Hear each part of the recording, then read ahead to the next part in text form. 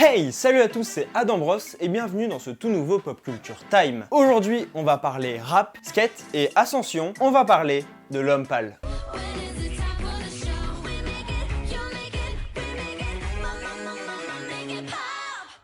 Comme d'habitude, on va d'abord revoir son historique pour ensuite se concentrer dans l'analyse sur un de ses morceaux qui m'a particulièrement touché. Antoine Valentinelli, plus connu sous le nom de l'homme pâle, est un rappeur parisien exerçant depuis 2011 à peu près. Au départ d'ailleurs, il s'appelait Joe Pump pour son premier morceau en featuring avec Nekfeu. Donc pardon garçon, si tu voulais filer plus tôt avec moi, oublie les sursauts plutôt qu'attendre et espionner. Reste sonné comme un coup de bûche de trop. En fait, ils ont un peu commencé le rap ensemble puisqu'ils étaient dans le même lycée à Paris. Et aussi, si l'homme pâle a choisi ce pseudo, c'est parce que lorsqu'il était jeune, il était tellement pâle que tout le monde croyait qu'il était malade, et donc on l'appelait l'homme pâle. Pour en revenir à sa musique, au départ, le rap n'intéressait pas spécialement l'homme pâle. Lui, il adorait le skate, seulement les skateurs avaient comme habitude de mettre en fond de leurs vidéos de tricks des musiques, et donc du rap le plus souvent. Petit à petit, il s'habitue à cette musique et finit même par écouter seulement la musique avec les bruits de skate en fond. D'ailleurs, une grande partie de son album Flip, sorti en juin 2017, est un hommage à sa passion. Mais avant d'en arriver là, il a accumulé les projets. En 2011 déjà, il sort un premier EP appelé 20 mesures, puis en 2013, il sort deux EP. Le premier intitulé Le singe fume sa cigarette en featuring avec Caballero, et le second, Cette foutue perle en solo. D'ailleurs, j'ai une petite théorie sur ce dernier, selon moi la perle rare fait référence à la perle du livre de Steinbeck. Ça a jamais été vraiment confirmé par l'homme pâle, je crois, mais j'y vois vraiment des ressemblances. Attendez, je l'ai là en plus. Parce qu'on est tout de même un homme de culture, hein, il faut le savoir. Bref, en 2014, il sort Seigneur, puis en 2015, il sort Majesté. Enfin, un an avant l'album, il sort quelques rejets de celui-ci, appelés ODSL. Comprenez, Oh Dieu soit loué. Je trouve personnellement géniaux. Il finira donc par sortir son premier album nommé Flip, en référence à la figure de skate du même nom, le 1er juin 2017. Et ce que j'aimerais souligner par cette énumération des projets de l'homme pâle, c'est surtout son évolution. Au début, je trouve qu'il était vraiment dans la recherche de son talent et de sa forme, notamment dans l'EP Cette foutue perle. La perle rare représentant le talent pour le rap, selon moi. Ensuite, on a l'EP Seigneur, où là, l'homme pâle remet tout en question ce qui est autour de lui, jusqu'à se demander la raison de sa venue sur Terre. Dans Majesté, il est alors conscient de son talent, mais est encore à la recherche de la reconnaissance des autres, qu'il espère avoir, notamment quand il dit « Appelez-moi Majesté ». Comprenez, faites de moi votre roi, SVP. Avec Flip, et de son propre aveu, on voit un l'homme pâle beaucoup plus libéré de cette recherche perpétuelle du talent et du succès. Alors, certes, ce sont des thèmes qui restent quand même présents dans l'album, mais ils ne monopolisent pas les morceaux, comme c'était le cas avant. La petite présentation est donc terminée, j'ai essayé de faire un peu vite parce que l'analyse va être assez longue, donc on va y passer. Et j'ai donc décidé de me concentrer sur un morceau, celui qui clôt l'album, Sur le sol. Pour moi, c'est clairement le morceau le plus personnel que l'homme pâle ait sorti depuis le début de sa carrière. Il aborde ici sa relation avec sa mère, notamment par le biais de plusieurs thématiques assez fortes. Tout d'abord, il y a un rapport très particulier avec la mort. La première phrase de la chanson l'explicite d'ailleurs directement. T'es-tu déjà dit que la mort de ta mère te ferait du bien? Moi oui, pourtant qu'est-ce que je l'aime.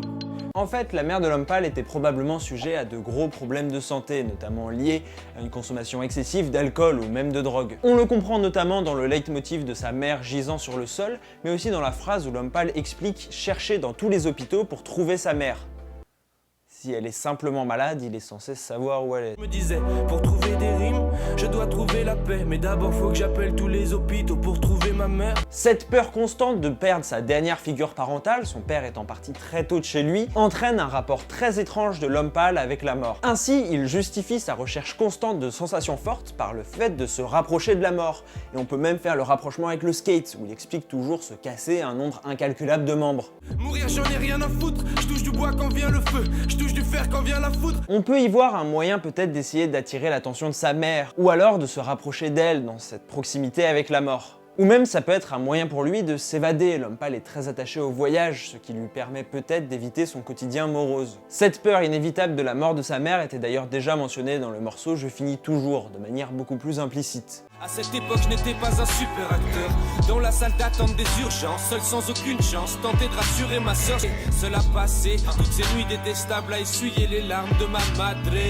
Pour pallier à cette crainte, l'homme pâle fait alors appel à Dieu, qui est un sujet pourtant assez peu abordé en général dans ses paroles, même si un de ses EP en porte le nom. Il exprime alors son manque de Dieu qui finira finalement par réapparaître sous la forme de la lumière lorsque tout va mieux. Dois-je en vouloir à Dieu ou bien le remercier d'être en vie? Pas de réponse dans cette étrange ville. Le manque de Dieu quand il est pas là. Après l'orage de beau temps, ma mère va mieux, je suis trop content, la lumière en enfants se montrent.